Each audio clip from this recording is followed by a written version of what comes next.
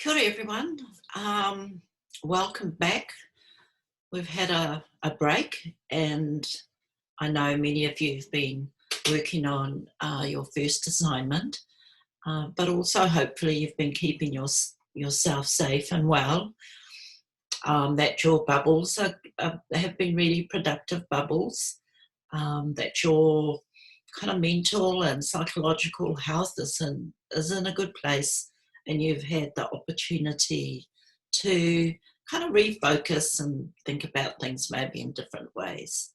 We're going to kickstart ourselves on this course by delving into ethics and the impact of research ethics on Indigenous peoples, because it is one of the most difficult, challenging and contentious areas in which really worldwide Indigenous peoples have shown their distrust and their disgust at the way research over decades and decades has been done on and upon Indigenous peoples.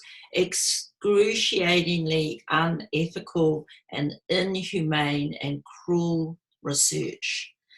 Nowadays we might think, oh, no such thing will happen.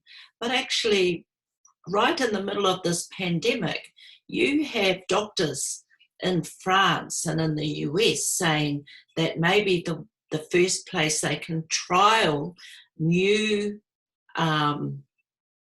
medications, new therapies for COVID-19 is on African American and African communities, because they're out of sight, and they have all these elaborate justifications for their contained population. They're the most vulnerable, blah, blah, blah. It's all rubbish. It's very racist. I mean, and that's what you've got to see first and foremost. It comes back to those ideas that we learned at in the early part of the course about imperialism and the way theories of race, the idea of the great chain of being, all these things kind of feed right into the mentality of how people think even now, how researchers operate. So on your Moodle site this week are a number of topics. I've had some feedback that one of them doesn't come up, the video about National Women's Inquiry, but I think you can Google that separately. And really, it was the scandal that woke New Zealand up and caused the legislation, led to the legislation that requires all universities and tertiary institutions and hospitals and health organisations to establish ethics committees. So there's the Tuskegee syphilis experiment. There's a story of Henrietta Lacks. That's a really beautiful story. It was a movie and a documentary, and there are a number of other ones that I might post up. I'll also post up a poem I've written about Indigenous ethics. It's got a number of references in it, so I suggest you wait till the end of the week after you've looked at some of these other resources, and you'll begin to see all the reference points I'm making in that poem about ethics.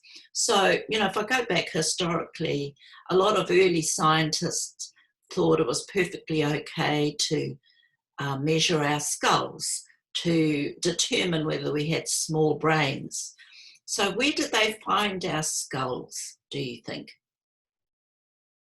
They dug them up and filled them, in some cases, with millet to weigh them and to see how much could fit in a skull. And now this wasn't just happening in one part of the world. It happened to the Sami people in the Arctic Circle, it happened in Asia, it happened in Africa, and to a big extent it happened here.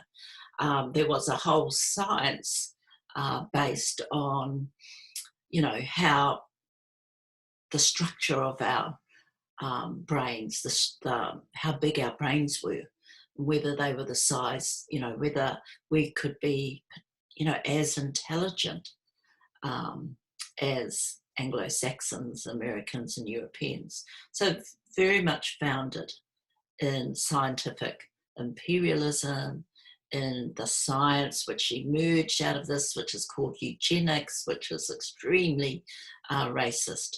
And so understanding research ethics is really the first step for any of us trying to be a researcher. And that's also for Māori researchers.